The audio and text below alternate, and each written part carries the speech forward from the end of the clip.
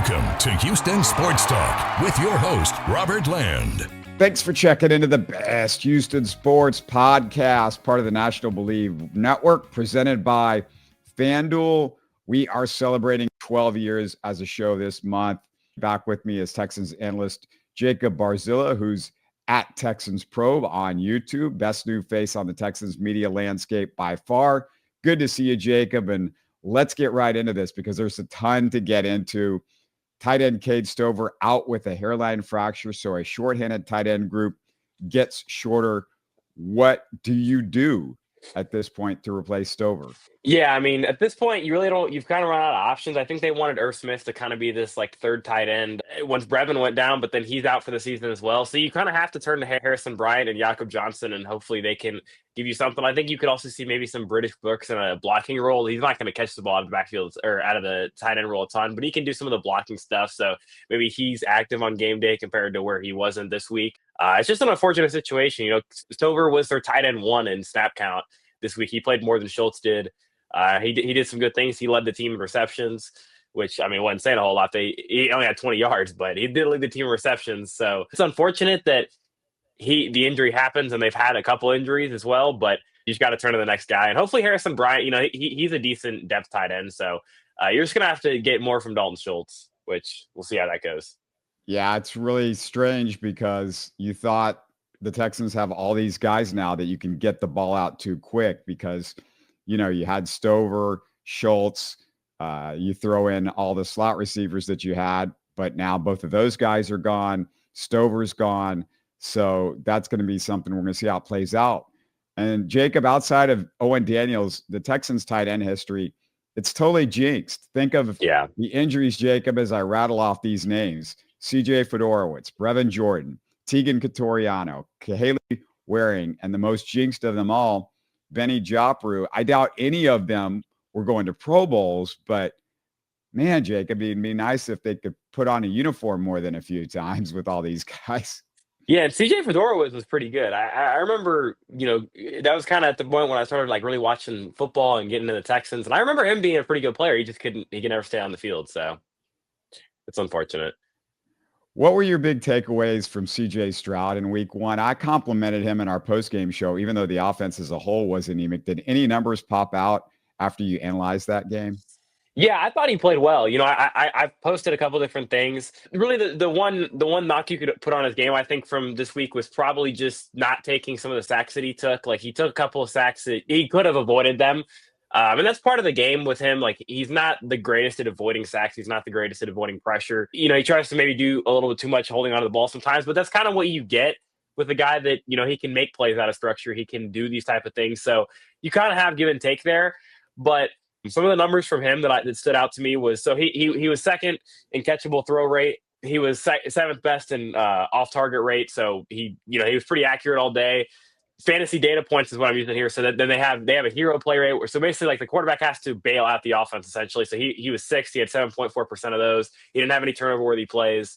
I mean, he was really good against the blitz. He was 6-6 against the blitz for 86 yards. Like, he was very good against pressure against the blitz. And then really when he was kept clean, there was a lot of just dumping the ball down. They didn't really force the ball down the field a whole lot. They were playing a lot of cover two, the Rams were. So it was a lot of check downs. But overall, I thought Stroud played well. He said the word lollygagging, and the Texans talked about, we got to get to the line of scrimmage and set up and be more organized and all that sort of stuff. But, you know, this is now two different offensive coordinators. This is two different coaching staffs around CJ. How much of this is like CJ has got to get his guys together? And, you know, this is something that's just taken too long to do for the last 3 years. It's been a continual problem. Stroud can blame it on whoever he wants to, but he's part of the problem since he's your leader.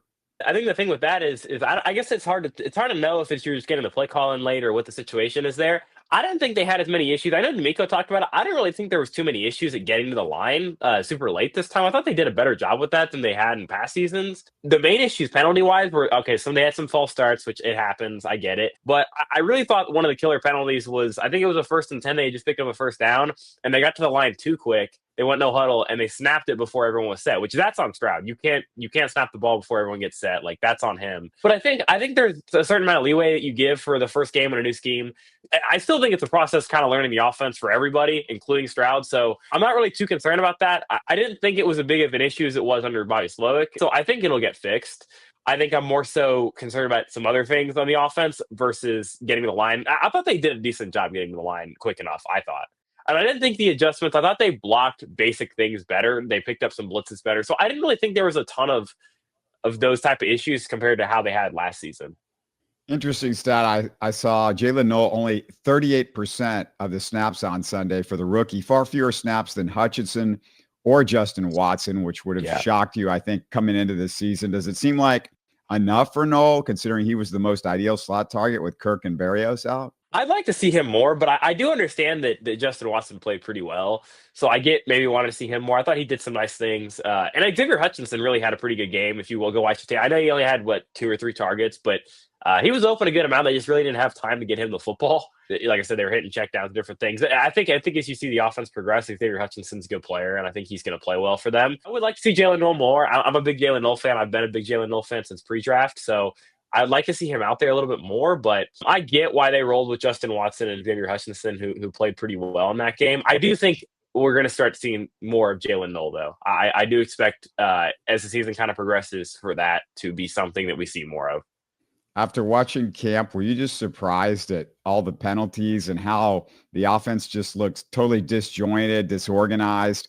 I mean, no Laramie Tunsil or Slowick to blame the penalties and a lot of this stuff on anymore, Jacob.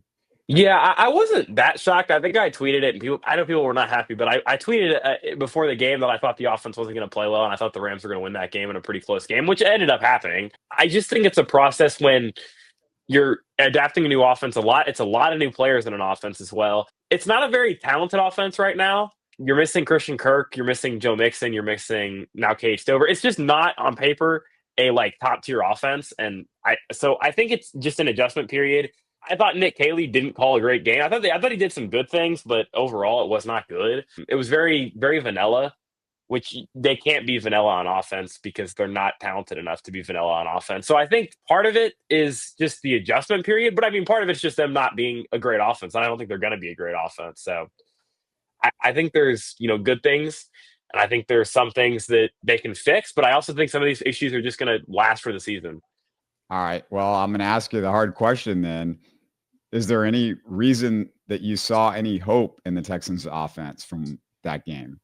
I did. I thought there was good signs for the offense. I thought the Texans did good things on offense, especially early on. I thought, 2-minute drill, CJ Stroud used his legs well. That was one thing that I really noticed. I thought he did a good job with his legs, moving the pocket or taking off and getting some yards. He was the 5th highest graded rushing quarterback, which is the highest grade of his career. I thought there was some good things in the run game as well. Nick Chubb played pretty well. He was able to, get some decent runs going. The offensive line was better than I expected, but I just had really low expectations for that week. I think they did a decent job in the run game. I just wish they wouldn't have adjusted the offensive line the way they did.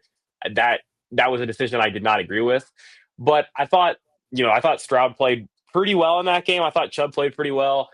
You have to get Nico Collins more involved. We kind of all know this. He can not only get 5 targets in that game, but I think there's signs of life for the offense. I think the floor of the offense is higher than it was last season. I think they can at least be okay to serviceable compared to where they were last year, which was bad. Yeah, I want to hit more on this offensive line. But before we do, just what changes do you listeners want to see with the Texans? You guys out there, let me know in the YouTube comments. What do you think about what they need to do going forward? Don't forget about our live Texans postgame shows too. This Monday, it'll be right after the Monday Nighter against Tampa. Where were you guys? Not enough people live with me on Sunday night. I know you were disappointed, but we gotta make do sometimes with. They're gonna lose some games, and let's go over it. Let's hear from you guys. Also, make sure you're subscribed on YouTube with notifications so you can get updates on those post games, and you'll also want to subscribe to us on your favorite podcast app. All right, Jacob, Pro Football Focus graded new center Jake Andrews at 64.7 in week 1. DeMeco says his injury is day-to-day, which is a great sign. But meanwhile, Jarrett Patterson graded at 59.1, just a little bit behind him. Are you seeing a noticeable difference between Andrews and Patterson after week 1? What do you think? I think Andrews is a more balanced player, but I don't think there's like a huge drop off in play between the two. I thought Andrews did a pretty good job, but Jarrett Patterson, if you want to improve your pass protection, Jarrett Patterson will help that. He's always been a good pass protector. He's a big center, a lengthy center. He's tall. It's a weird build for a center, but I just think that he can provide things in pass protection that maybe that Jake Andrews can't. I just think in the run game, Jake Andrews is also a lot better there. And I think you saw some of the run game things happen in that game, especially later on. But Jarrett Patterson, they also ran the ball well with Jarrett Patterson in the game later in the game. So I think there's reasons to believe, both of them can provide good upside.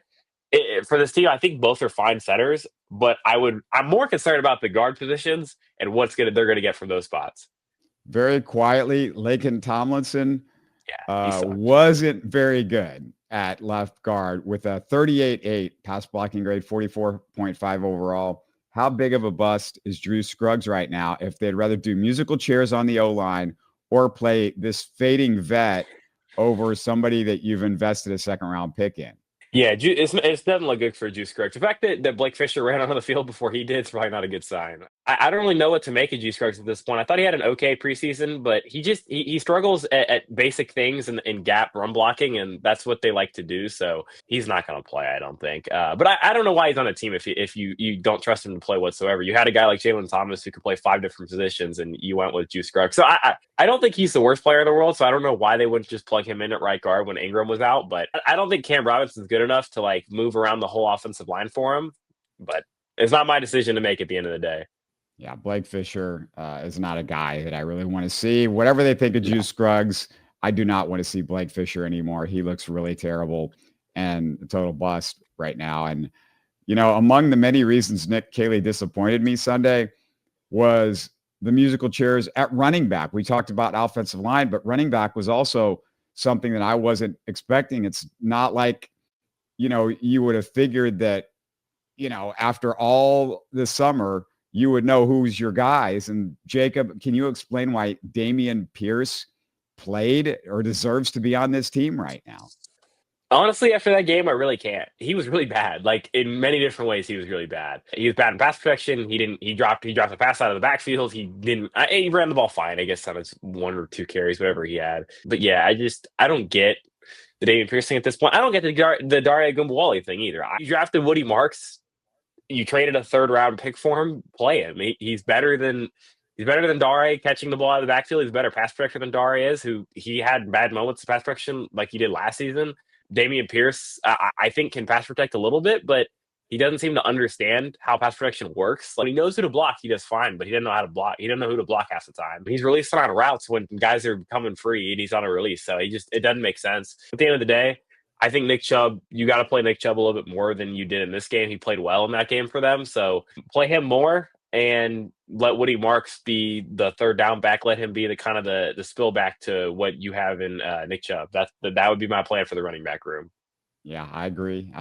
Our friends at FanDuel have the Texans 2.5-point favorites Monday against the Bucs. Jacob, do you got the guts to bet on the Texans after what you saw in week 1? I'm picking them to win this game. I've picked them to win this game for a while. So I don't really think anything from the Rams game changed my opinion on the team. They're kind of what I thought they were. That's why I was kind of surprised people were so disappointed by the loss and why people are so upset. I didn't really feel any different about how I did after that game. I thought the Rams were going to win that game in a close defensive game. I thought they'd score a touchdown, but the end of the day, I didn't think they were a good offensive team right now, especially. I kind of talked about it. I think after this, you get your week 6 bye and you go into week 7. That's when I'm kind of going to feel out the offense, kind of see where the offense is at. I think early season, they're going to have to try some things. I just was disappointed with how vanilla they were in week 1. I'm going to pick them in this game, I think. I don't really like Tampa without Wirfs. I thought Baker was really bad in week 1. He was significant. I know the original stat sheets wouldn't show it. He played much worse than Stroud did in week 1. He had 4 turnover-worthy plays. They just didn't catch him. So I'm not a big Baker believer, and I think the defense will give him some trouble. Although I guess Texas secondary wasn't very good against Matthew Stafford. But Stafford played an incredible game. So I think the Texans will win that game. I think they'll beat Tampa Bay.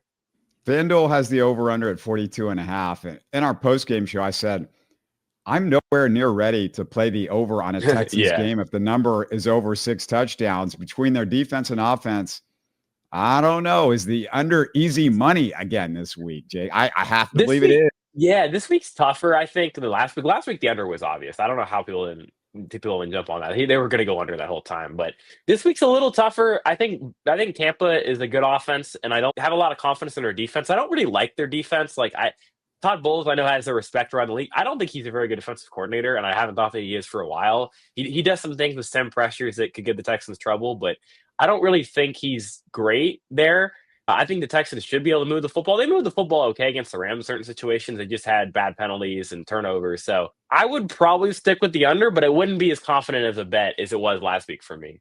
Yeah, no, I agree with that too, but I would still take the under. But I still feel pretty good about it. Taking the under on this game. Really feel pretty confident about taking the under much more than the Texans and the spread on this one as well.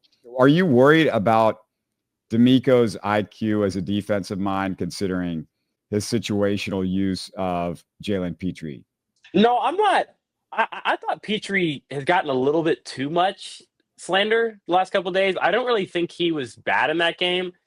I think for a defense, I think there's just give and take. I think what Pitre provides you in the run game, and I think it's just more valuable than what a slot corner will provide you in coverage. So I'm fine with what they do with Pitre. I would what I said was I think they should play Henry To'oTo'o and Pitre less together. I don't think that combination works that well because they both are not good in coverage. If you play Christian Harris and Jalen Pitre more, I think that works better as a duo there.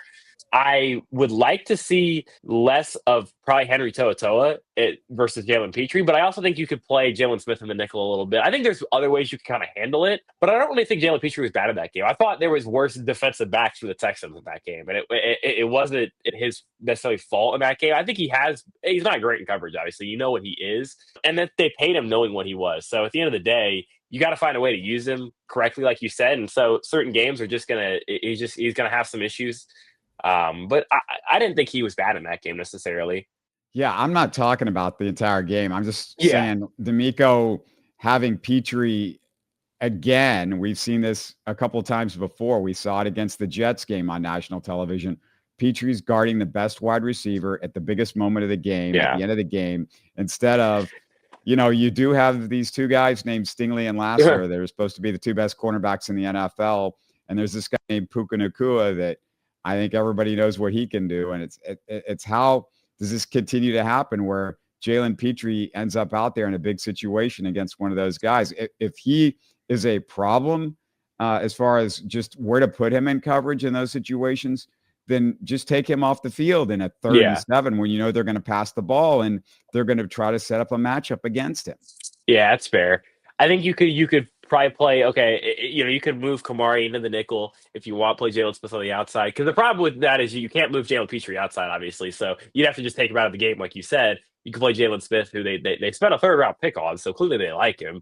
And his numbers look good this week, didn't they? He graded out pretty well. He barely played. He played 5 snaps, I think, but he did grade out pretty well. Yeah. I thought he had a good camp. So, yeah, I think they'll probably start to progress a little bit more. It just felt like a very conservative game plan on both sides for the Texans. DeMeco's Texans have committed a bunch of penalties since the day he took over. Far too often, they don't appear to be the brightest team in the world. The great NFL coaches, I would say, don't have teams that do dumb stuff, like, for example, fall for Matt Stafford, pulling you off sides at the end of a quarter, like we saw from Darrell Taylor on Sunday. Jacob, is it time to ask way more from DeMeco Ryans at this point in his tenure? They had to figure out the penalty things. It's kind of gotten to a point where it's kind of ridiculous. Like Darrell Taylor's jumping offside with 1 second left in the quarter. Everyone in the stadium knew that ball was not getting snapped except Darrell Taylor. So it's just simple things like that you have to get fixed. So the offensive things, I don't really know if I can blame them too much for. I think there's certain things that just has to get fixed by Nick Caley. That has to get fixed by Stroud. Like there's other issues there. But defensively, they just have dumb penalties. And I think he manages the clock poorly in a lot of situations, which is frustrating. I thought before half, why you let 40 seconds run off the clock instead of just using a timeout that you didn't even end up using your other timeout that you had. You kept it and you didn't use it. So you could have saved 40 seconds. You could have maybe taken a shot to the end zone or something in that situation, but you didn't.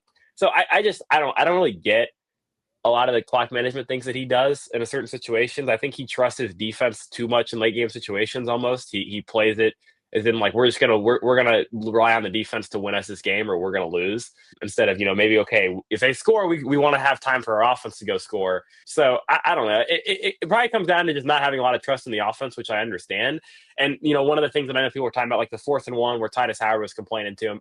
I don't really think he should have gone for that in that situation. I think the punt was the right call in that spot. I think there's certain things like that people just kind of want to dog on him for, but I do think there's certain clock management things and other things that he has to improve as a head coach.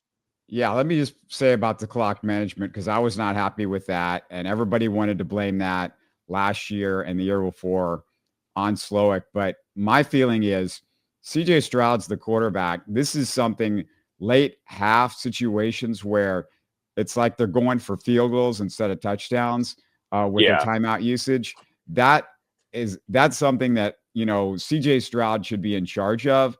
And that's on DeMeco for either not giving him the control of that, or it's on DeMeco for not having CJ prepared for those half situations. And CJ, he's got to speak up and say, give me this if he's not getting control and he wants control of those situations. So, that type of stuff bugs me.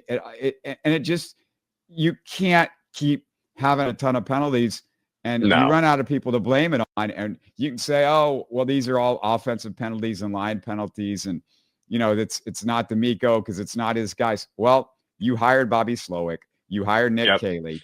Slowick was obviously very much a DeMeco guy because he came from San Francisco.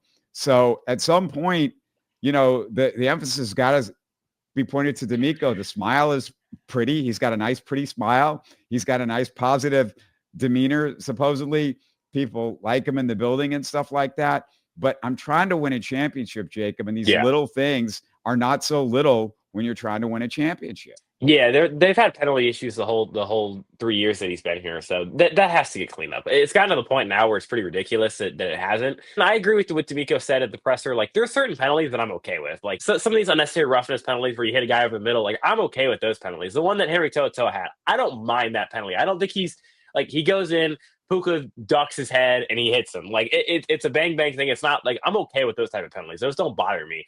The ones that bother me are the stupid ones. Like I said, Darrell Taylor's jumping off sides with 1 second left. Like, the Rams are obviously trying to hard count. I've never seen anyone jump in that situation. Like, everybody in the stadium, everyone watching the game knew the Rams didn't have a play called, except Darrell Taylor. And then you go back to last year, like Derek Barnett had stupid penalties all the time. He's hitting guys on field goals. Like, it's just things like that cannot happen. Also, Caserio, I'm not super excited with how he's handled the whole roster situation. They had what do they have? 10 defensive linemen available. Yeah, I think so. I don't know what you do with all those guys. And you had a situation where Stingley gets hurt early in the game. You're so thin at DB. They didn't add a DB. It was like, was it Jakob Johnson instead of somebody like Miles Bryant was the guy that was available. Yeah. What if Stingley was out for the whole game? Where would you have been at that point at the cornerback situation? I just don't understand what they're doing with the roster construction on game days. And frankly, their final roster, I just didn't agree with. I thought something was going to change before the first game, but it never did. Yeah, I was shocked that Miles Bryant got cut. I didn't really understand that one. I really like Tommy Togiai. I know he was a game day inactive, so I'm okay with keeping him. But, Dylan Horton, I think he was active. I want to say, I think I saw him out there a couple of times, but like, I don't really know, why he's active over a guy like you said, like an extra DB, like a Miles Bryant or even D'Angelo Ross, who I know he's not a fan favorite, but at least he could provide you some depth. I guess he can play if you have to, because it got to the point where if Jalen Smith was out there and one of him or Lassiter went down, you have no other options at outside corner. Like, that was it. You just played Jalen Pitre there, I guess. I don't know what would have happened. It would have been a disaster. I mean, that's really all you have at the corner room. I was trying to think of any other guy. That's all they had. So they'll probably bring Brian up this week if I had to guess. But yeah, I didn't get that either. This could get real ugly really fast if this offensive line doesn't start looking better and some of these Caserio moves don't start looking better. Because look, I mean, he's had a bunch of bust. We've talked about him: Blake Fisher, Drew Scruggs, Kenyon Green. Frankly, Mechie was a bust. I mean, whether the cancer or not, I just don't think he was going to get to the point where he was worth the second round pick that you got from him. Christian Harris right now looks like a bust. He can't even get on the field anymore. That was a third round pick. Basically, almost every guy from that one draft outside of Stingley and Pitre hasn't been good. And you start looking at the record of Caserio, and it's not the best. They need to be better at drafting. You don't have all these picks like you used to. He doesn't have all these picks to play with and that sort of thing. So yeah, between Caserio and DeMeco, some stuff's got to get better really fast, or by the end of this year, we might be talking about both of those guys. Hey, do we want this guy around or do we want that guy around? And I think both of them right now are showing some major flaws. Yeah. I mean, there's definitely some things that they need to work on. Like I said, DeMeco Ryans, like there's certain things that the head coach he has to work on. And I get he's in his third year as a head coach. Like it's the same thing that I would say was Stroud. I'm giving him the benefit of the doubt because they've had success, and I think he will figure it out. But if he doesn't figure it out, then you start questioning things. So Nick Caserio, there's a little bit less leeway, I would say, because at the end of the day, I think this roster is pretty good outside of the offensive line, and you knew that going into the offseason, and it's still not good. So at a certain point, that's something that you just can't ignore. The fact that you've had a bad offensive line every single season he's been here, and you're at the point now where you're worried about your quarterback just staying alive in the pocket. Yeah, it's not perfect. It's not all sunshine and rainbows with those two right now, I don't think. Yeah, it's a concern moving forward. It's at Texans Jacob, of course, Jacob Barzilla. Remind us where we can find on the Texans Probe channel. Okay, yeah, so Texans Probe, we're actually doing one later tonight. I think around 8 p.m. So if you want to tune in, we go through kind of all 22. It's just Texans Probe on YouTube and Twitter. We have a Twitter page as well. My page is Texans Jacob on. I have a TikTok, I have Twitter, I have Instagram, so I have pretty much everything.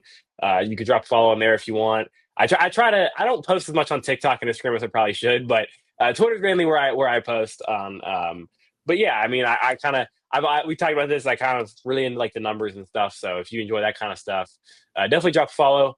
And if y'all want to tune into Texans Probe tonight, we will be going live around 8. So I appreciate it. Again, I want to thank our friends at FanDuel. Want to thank Jacob for all of his help on this one. And also want to remind you guys, we want to hear you in the comments. What do you think about Caserio and DeMeco? Are you starting to wonder about them? Are you starting to feel a little bit nervous that maybe the Texans don't have the right people at the top of the organization? Let us know. But take care, everybody, and we'll talk to you on game day for sure. You're listening to Houston Sports Talk. Hey, don't forget to support us by subscribing and commenting on YouTube. You can always listen to us on Spotify, Apple, or your favorite podcast app. Tell your friends about us and share our show links on social media. Spread the word, everybody. Thanks for listening.